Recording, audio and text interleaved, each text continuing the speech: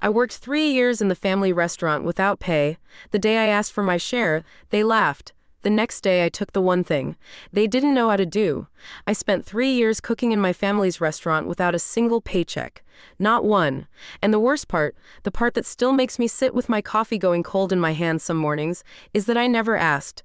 I just kept showing up. I kept chopping and stirring and smiling at customers and fixing problems that nobody else wanted to fix. Because I believed, with everything I had, that I was building something for all of us. The restaurant was my father's dream first. He used to talk about it the way some men talk about a woman they loved when they were young. With this soft, faraway look in his eyes, like the memory of it was more real than the room he was sitting in. He wanted a place where people came and felt like they were eating in someone's home. Not a fancy place. Not the kind of restaurant with cloth napkins and wine lists and waiters who introduced themselves by name. Just a small, warm, honest place that smelled like good food and felt like family. He called it Noor, the Arabic word for light. I always thought that was beautiful. He opened it when I was 19, with money he had saved for 11 years working double shifts at a textile warehouse. My mother contributed the recipes, generations of them, the kind that had never been written down anywhere because they existed only in her hands and her nose and some wordless knowledge that lived in her body. My older brother Tariq handled the business paperwork and acted, from the very first day, like the restaurant was primarily his idea. My younger brother Samir was supposed to help in the kitchen, though what that actually meant in practice was that he showed up when he felt like it and left early when there was a football match on television. I was in my second year of a business administration degree when they opened. I came to help on the weekends, just like that, casually, the way you help family. I was not supposed to stay. I had plans. Vague, optimistic plans the way you have at 19, plans that existed more as feelings than actual blueprints. I was going to finish my degree, maybe work for a company, maybe travel somewhere. The plans were there in the background, like furniture you stop noticing. Then the restaurant started struggling. It was about 8 months in. The customers who had come in those early weeks on the novelty of something new had thinned out. My father started coming home looking smaller somehow, like something inside him was deflating. My mother would watch him from across the dinner table with worried eyes and say nothing. Tariq kept saying they needed a better marketing strategy, by which he meant he needed a better Instagram page. Samir had started showing up even less. One evening in October, my father said, almost to himself, almost like he was not really talking to anyone, "I do not know how much longer we can keep this open." I looked at him and felt something shift inside my chest. I did not think about my degree. I did not think about my vague plans. I just thought, not yet. Not this. He has wanted this too long, I said. Let me come in full-time, just for a while. Let me see what I can do. My father looked at me with an expression I had never seen on his face before, something between relief and guilt, though at the time I only recognized the relief. He reached across the table and patted my hand and said, "Just for a while, Habibti, just until we get back on our feet." That was 3 years before the day everything changed. I want to be honest about what those years actually looked like, because it is easy to summarize them in a few words and have the reality of it disappear. I was at the restaurant 6 days a week, sometimes 7 when we had a private booking or a holiday rush. I arrived before my mother most mornings because I had taken over the ordering, managing the suppliers, checking the stock, making the lists.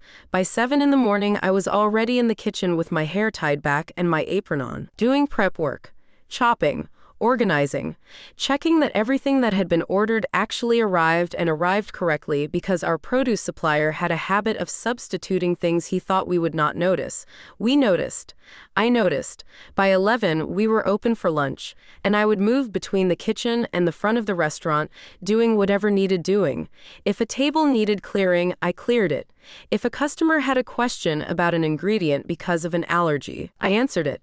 If the young waitress we had hired, a quiet girl named Dina, looked overwhelmed during a rush, I stepped out of the kitchen and worked the floor beside her until we got through it. There were days when my feet hurt so badly by closing time that I would sit in the back near the kitchen on an upturned crate and just not move for 10 minutes, letting the pain pulse quietly. My mother taught me the recipes during those first months. This was the real education, not the business administration classes I had paused, not any book or course. This was something different. We would stand side by side at the stove, and she would show me how to tell when the oil was exactly right for the kofta. not by watching a timer, but by listening to the sound. She taught me the spice ratios that she had never written down, the ratios she had learned from her own mother, and I wrote them down in a small brown notebook I kept in my apron pocket. I wrote down every adjustment she made, every substitution for when an ingredient was not available, every technique she used to fix something that had gone slightly wrong. My mother taught me with patience and love. Those hours with her in the kitchen are the ones I hold carefully, separately, away from the rest of what I am about to tell you. Those I do not regret. But it was not only cooking. The restaurant's books were a mess. Tariq's filing system was essentially a cardboard box, and so I organized them. I built a simple spreadsheet that tracked income and expenses by week. I noticed that we were over-ordering on certain ingredients and under-ordering on others. I adjusted. I introduced a small lunch special that changed weekly, which brought in a new lunchtime crowd. I negotiated with 2 of the suppliers to get better rates. I set up a simple reservation system because we had been losing weekend bookings to confusion. The restaurant slowly, steadily began to improve. Not dramatically. Not like a movie where the montage plays, and suddenly the place is packed every night with people laughing, and the lights are golden and beautiful. Slowly, the way real things improve, incrementally with setbacks, with some weeks better than others. But the trajectory was upward, and everyone could feel it. My father smiled more. My mother started talking about expanding the menu. Even Tariq seemed pleased, though he mostly spoke about it in terms of what he was going to do with the profits once they came. I was 22 by then. My degree was on hold. I did not let myself think about that too often. The way a family avoids a difficult conversation is a skill I have come to understand deeply. And I think most people who have grown up in close, complicated families know exactly what I mean. The topic of money, of my place in the restaurant, of what exactly my contribution meant in practical terms, was handled the way my family handled most uncomfortable things, obliquely, warmly, with just enough affection to make it feel cruel to press further. "This place is going to belong to all of us one day," my father said once, during a slow Tuesday afternoon when we were sitting together at one of the empty tables eating lunch before the dinner rush. He said it with such simple conviction, like he was stating something obvious, like he was almost confused that it needed to be said. "You know that, Habibti. Everything I build is for my children." I nodded. I believed him. Why would I not believe him? He was my father, and he was a man who had worked 11 years saving for a dream, and he was not the kind of man who lied. My mother said similar things, in her own way. She would look at me sometimes after a long service and say, "You work like this place is your own." And it is. You know it is. And I would feel a warmth spread through me, a sense of purpose and belonging, and I would go back to work. Tariq said less, but implied more. He had a way of talking about the future of the restaurant, renovations he was planning, a possible second location someday, changes to the menu that always included me in the practical sense and excluded me in the financial sense. He talked about what we would do, meaning the labor, and what he would manage, meaning the decisions and the money. I noticed this, faintly, like noticing a draft coming from a window you can't quite locate, but I told myself I was being uncharitable. We were family. We were building something together. The money would come when the restaurant was stable enough, when the time was right, when everything settled. I told myself this for 3 years. Samir, for what it is worth, never promised me anything. He was rarely there long enough to promise anything, but on the occasions he appeared, usually when my father was around, usually when there was food to be eaten and laughter to be had, he treated the restaurant with the casual, proprietary ease of someone who assumes their inheritance without having done anything to deserve it. He would sit at a table with friends and order like a customer and tip like a customer and talk about our restaurant the way people talk about things they own without having paid for them. I smiled. I kept working. The debt I was accumulating in silence was not yet visible to me. About 18 months in, something changed that I did not fully understand the significance of at the time. My mother's health began to trouble her. Nothing catastrophic. Her knees primarily, and some fatigue that the doctor attributed to her age and her long years of physical work. She began coming in later, leaving earlier. The days she did not come in at all became more frequent, and on those days the kitchen was mine. This is when I realized how completely I had absorbed what she had taught me. I could cook every dish on the menu. Not an approximation of every dish, not a close version that would do in a pinch. I could cook them exactly, in the way that regular customers would not be able to tell the difference, in the way that some of them, honestly, preferred my versions because I was more consistent than my mother had been on the days when she was tired or distracted. The signature dishes especially. We had 4 dishes that customers came back for specifically, that people mentioned when they recommended us to friends. A slow-cooked lamb with a spice combination that my mother had developed over decades. A particular way of preparing the rice that involved a technique she had learned from her grandmother in a village that no longer existed. A lentil soup that sounded simple and was deceptively complex. And a semolina dessert with orange blossom and pistachios that people ordered even when they said they were full. I knew all of it, every step. Every measurement, every timing, every small correction you made on a day when the weather was humid versus dry, or when the lamb was slightly older than ideal. I had my brown notebook, dense and detailed by now, but more than that, I had the knowledge in my body the way my mother had it, instinctively, without needing to consult anything. More than the recipes, I had built the kitchen system, the prep schedules, the station organization, the supplier relationships, the ordering patterns calibrated to each day of the week, each season, each local event that would bring more people in. I knew which dishes to put on the specials board on a cold day and which on a hot one. I knew which customers had dietary needs and which ones liked to be left alone and which ones wanted to chat. The restaurant ran because I understood it completely. This was simply true. What I did not understand then, what I understand now with painful clarity, is that this knowledge was mine, not shared, not written on any wall, mine. The signs were there before I let myself see them. The first one I remember clearly was a conversation about renovating the back of the restaurant, adding a small private dining area that could be booked for events. It was actually my idea. I had noticed we were turning away groups who wanted somewhere semi-private. Tarek took the idea and ran with it, discussed it with my father for weeks, got quotes from contractors, made all the decisions. At no point did anyone ask my opinion about the kitchen implications, the workflow changes, the additional storage we would need. When I tried to raise these things in a family dinner conversation, Tarek said, not unkindly, "Don't worry about that side. Just focus on the food. Just focus on the food," as if the food were some separate, smaller department.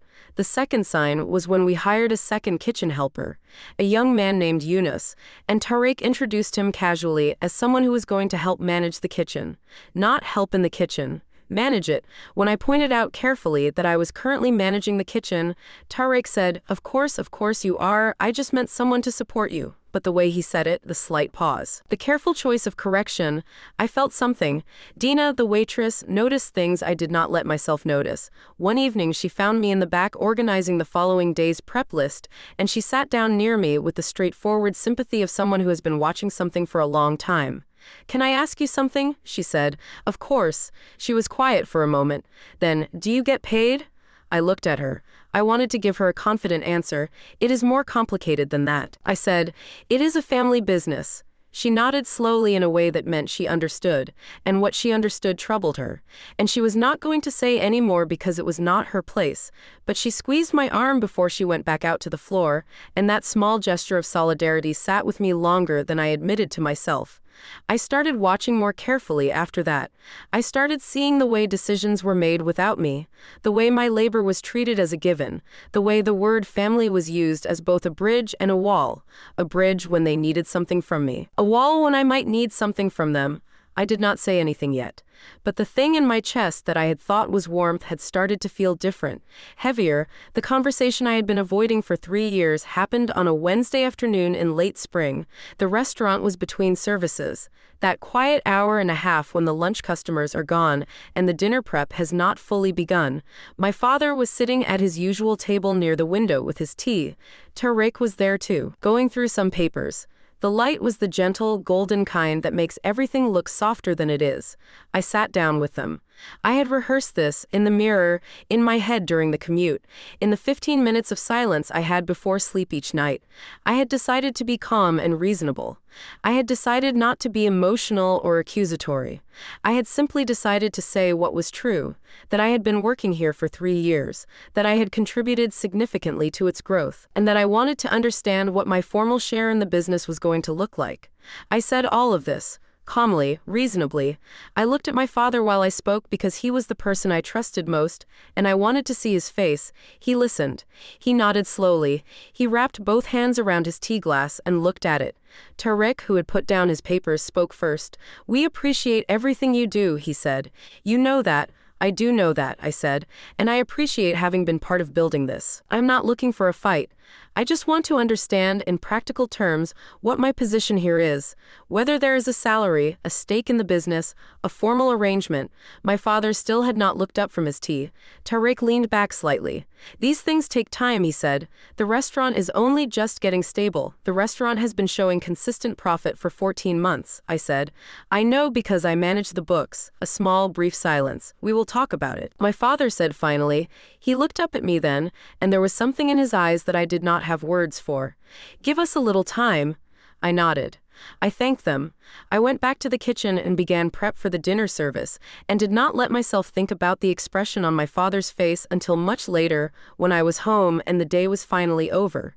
I gave them 2 weeks, during which no one mentioned it, during which I continued showing up and working and managing and cooking as if the conversation had never happened. Because that is what you do, and because some part of me still believed that my father's "give us a little time" was genuine.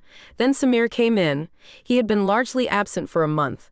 Some project he was doing with friends, vague details I had not pressed for. He arrived on a Friday evening, the busiest night of the week, and sat at the bar near the kitchen pass with a glass of juice, and talked loudly with Eunice about something he found funny. I kept working. We were in the middle of a full dinner service, and I had things to do. Later, after closing, when the restaurant was quiet, and I was finishing up the kitchen, Tariq and Samir were sitting together at the table where my father usually sat. I heard my name. I did not mean to listen, but the kitchen was open enough that sounds carried, and what I heard made me stop moving entirely. "She actually asked," Samir was saying, and there was something in his voice, amusement, disbelief, that landed like cold water. "I told you," Tariq said, and then a sound that I will not forget for the rest of my life. He laughed, not a cruel laugh. That is almost what made it worse. A genuinely amused laugh, the kind you make at something that strikes you as slightly absurd, as if she does not understand how this works. "She thinks she owns the place," Samir said. "She thinks a lot of things." Another laugh, quieter this time. I stood very still in the kitchen for a long moment. My hands were resting on the counter, and I looked at them. I was aware of my own breathing. I was aware of the hum of the refrigeration unit, and the distant sound of a car outside on the street, and the smell of the kitchen I had cleaned 100 times. More than 100 times, I took off my apron. I folded it neatly, the way I always did, and I placed it on the hook near the kitchen door. I turned off the lights. I picked up my bag. I walked past the table where they were sitting. Tariq looked up with an expression of mild surprise. Samir raised his juice glass in a lazy sort of greeting. "Good night," I said. My voice was completely steady. I drove home and sat in my car outside my building for a long time without going in. There are moments in your life when something that has been slowly becoming true finally becomes undeniable. And the strange thing is that it does not always arrive with drama. Sometimes it is quiet. Sometimes it is just you and a steering wheel and a street lamp and the particular quality of silence that follows the end of an illusion. They were never going to give me anything. This was not a sudden realization so much as a final acknowledgement of what I had known for some time without permitting myself to know it. The laughing was not the cause. It was merely the last piece that made the picture complete. I could trace it back much further now that I allowed myself to.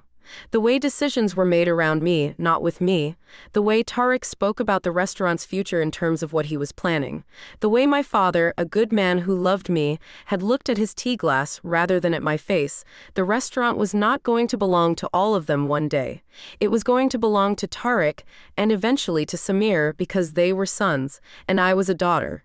And this was the oldest story in the world. Dressed up in the language of family love and collective dreams, I was the person who kept the place running.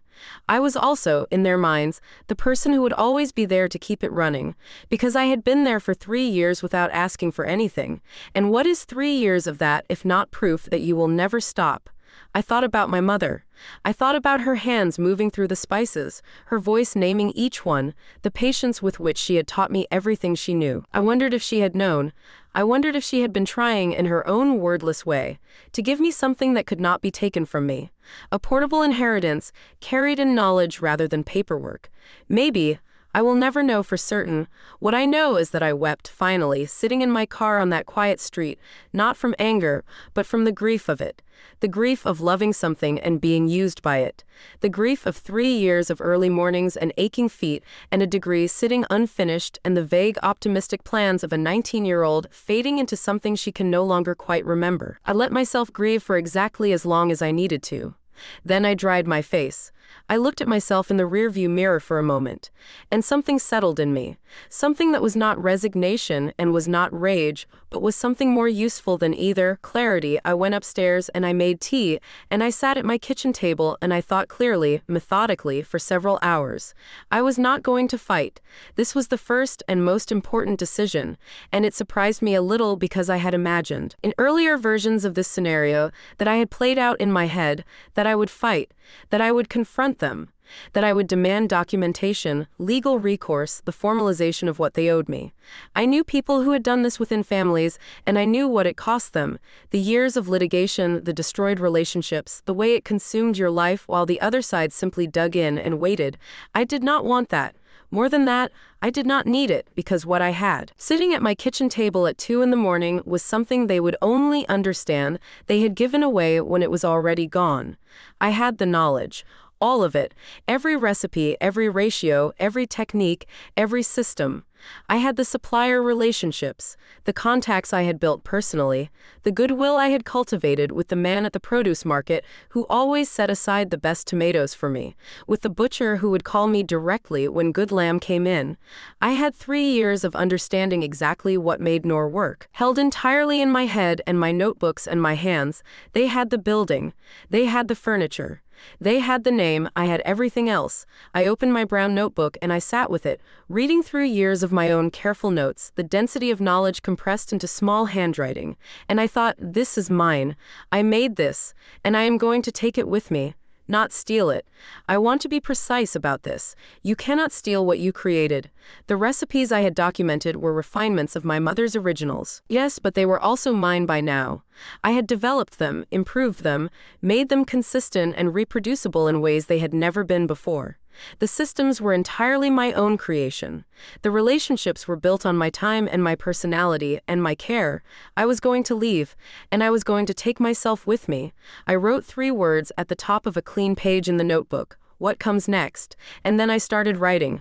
I gave myself 1 month during which I continued showing up to the restaurant. Continued working, continued being exactly who I had always been. This was not performance exactly, it was also protection. I did not want a confrontation. I did not want anything dramatic. I wanted clean edges. During that month, I did 3 things. First, I spent every evening and every day off going through my notebooks and filling in any gaps. There were a few techniques I had in my hands, but not on paper. Things so automatic that I had never thought to write them down. I wrote them all down. Every recipe, every process, every lesson, complete and precise and organized in a way that even a stranger could follow. Second, I made some careful calls. I called the produce supplier and told him, not that I was leaving, only that I was exploring some ideas, and would he theoretically be open to working with a new account. He said yes without hesitation.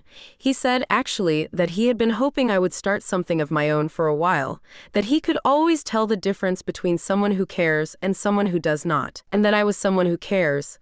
I thanked him and felt something warm and solid settle in my chest. Third, I found a space. A small commercial kitchen rental in a neighborhood not far from where I lived. A very small place, formerly a cafe, with a simple front area and a functional kitchen that needed some work but had good bones. The rent was manageable. Not easy, but manageable. I had saved more than I realized over the years because I had been living carefully and not spending money on anything I did not need. Perhaps, looking back, because some part of me had always been preparing for this without consciously knowing it. My last day at Nor was an ordinary Thursday. I finished the dinner service. I cleaned the kitchen as carefully as I always did. I said goodnight to Dina, who looked at me for a moment with her clear, perceptive eyes, and then hugged me without asking any questions. I hung up my apron for the last time on the hook by the kitchen door. I left. I did not send a message that night. I sent a simple text to my father the following morning. I need to take some time away from the restaurant. I am sorry I cannot give more notice. I hope you understand, he called twice. I let the calls go to voicemail. I listened to them. His voice in the first one was surprised and a little confused. His voice in the second one was different, softer, uncertain, the voice of a man who knows more than he is ready to say out loud. I did not call back, not yet. Not then. I put my phone down and opened my notebook to the page that said what comes next. What followed was the hardest 6 months of my life, and also the most alive I had ever felt. The kitchen space required weeks of work before it was ready. I did much of it myself, cleaning, painting the front room, organizing the kitchen equipment I bought secondhand from a restaurant supply auction. My savings went quickly. There were evenings when I looked at my bank account and felt a fear that was cold and specific, not the vague anxiety I had felt for years at the family restaurant, but a sharp, honest fear with edges. This was real now. This was mine, and if it failed, it would be my failure. I applied for a small business loan. I had to prepare a business plan, which meant writing down formally and in organized language everything I knew about running a restaurant. I spent 2 weeks on this document. I was thorough. I was honest about the risks. I was detailed about the revenue projections, using everything I had learned from 3 years of managing someone else's books. The loan officer called me back with questions. Good questions, the kind that meant she had actually read what I wrote. We talked for 40 minutes. The loan was approved. I hired one person, a young woman named Fatima, who had just finished culinary school and was willing to start small in exchange for learning real kitchen work in a real environment. She was not yet skilled, but she was disciplined and she wanted to learn, and she did not bring bad habits that would take years to undo. I could work with this. I trained her the way my mother had trained me, side by side, with patience, with the understanding that knowledge shared loses nothing. I spent 3 weeks testing recipes before we opened, testing and tasting and adjusting.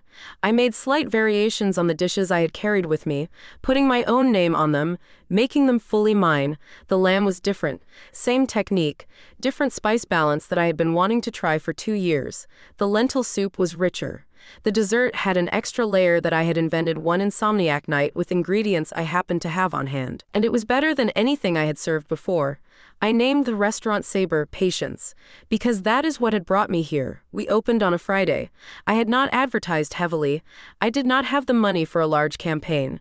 I made a simple social media page and posted photos I took myself, the room, the kitchen, a few of the dishes, nothing theatrical. The writing was honest. Small place, real food, family recipes reimagined. Come once and decide for yourself. Dina came on the first day. She had quit Nor the week after I left, which I had not asked her to do, and which moved me more than I let show. She brought 2 friends, my cousin Hannah, who lived across town and had always been on my side in the quiet way that the women in a family sometimes support each other without making a declaration of it, brought her husband and her children. My mother came. She sat at the table nearest the kitchen and she ate everything I put in front of her, and she said nothing for a long time. Then she looked at me with an expression I will try to describe carefully. It was not quite pride, and it was not quite grief. It was something more complicated than either. The expression of a woman who recognizes something she created in a form she did not expect, something that has grown past her, and feels about this both a loss and a rightness simultaneously. She took my hand. That was all she said. By the end of that first Friday, we were almost full. Not because of me, really, not yet. Not the way it would later. But because good food, honest food, the kind that is made with knowledge and care and without shortcuts, communicates something directly that bypasses language and marketing and social media algorithms. It goes directly into the body. People taste it and their response is physical. A silence, a stillness, a reaching for one more bite, even when they said they were done. A man at table 4 called Fatima over and asked to compliment the chef. I came out of the kitchen with my apron still on, and he shook my hand and said, "I have not had lamb like this since my grandmother was alive." I thanked him and went back into the kitchen and stood for a moment with my eyes closed and my hands flat on the counter. Then I went back to work. The news about Noor came to me gradually, the way news about people and places you have left behind always does, through channels you did not seek out, from people who mention things without realizing what they are telling you. Dina first. 3 months after I left, I heard they had to close for a week. Some issue with the kitchen. Eunice quit apparently, then my cousin Hannah. Someone told me the lamb at Noor is not the same. They keep canceling the reservation, the waiting list is gone. Then, 6 months in, a customer who recognized me. She had been a regular at Noor for 2 years. She came into Sabre with her sister and looked at me and said, "You're the one who was there. I thought I recognized your food. This is the same." "How is this the same?" "Same hands," I said simply. She nodded as if this explained everything, because it did. I heard eventually more of what had happened. Without me managing the ordering, there had been waste and inconsistency. Too much of some things, running out of others. The supplier relationships I had built loosened without me to maintain them. The kitchen system I had designed was not written down anywhere except in my notebook, which was in my apartment. Tariq had tried to hire a chef, but the chef did not know the dishes well enough to replicate them. And the dishes were the reason people came. My mother was cooking some days, but her knees were worse, and she could not do full services anymore. The regulars drifted, not all at once. The way customers leave a place they loved is gradual, hoping each time that it will be better, accepting each time a slightly lower quality until one day they stop hoping and simply stop coming. Noor was still open. I want to be clear about this because I am not telling you a story about their failure. I am telling you a story about my success, which is a different thing. They were struggling, yes, but my father was still there. My mother still cooked when she could. Whether they would recover or find a different way forward, I genuinely did not know. What I knew was that for every customer who was leaving Noor looking for something better, some of them found their way to Sabre. And I received them. I cooked for them. And they stayed. My father and I spoke eventually, not a long conversation. Neither of us was ready for that yet. He called one evening and I answered. He asked how I was. I said I was well. He asked about the restaurant. He had heard, of course, from my mother, from my cousin Hannah, from other channels the way families know things. I told him it was going well. There was a pause that lasted several seconds, and inside that pause was everything we did not say and perhaps could not yet say. "I am proud of you," he said finally, quietly.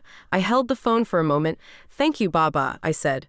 We said goodbye and I sat with that for a while. It was not enough and it was not nothing. It was the truth, and that was more than I had expected.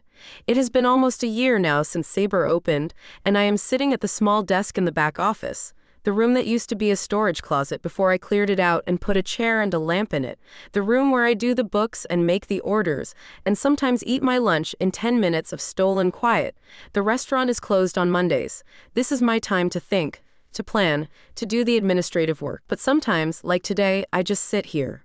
I want to tell you what I have learned.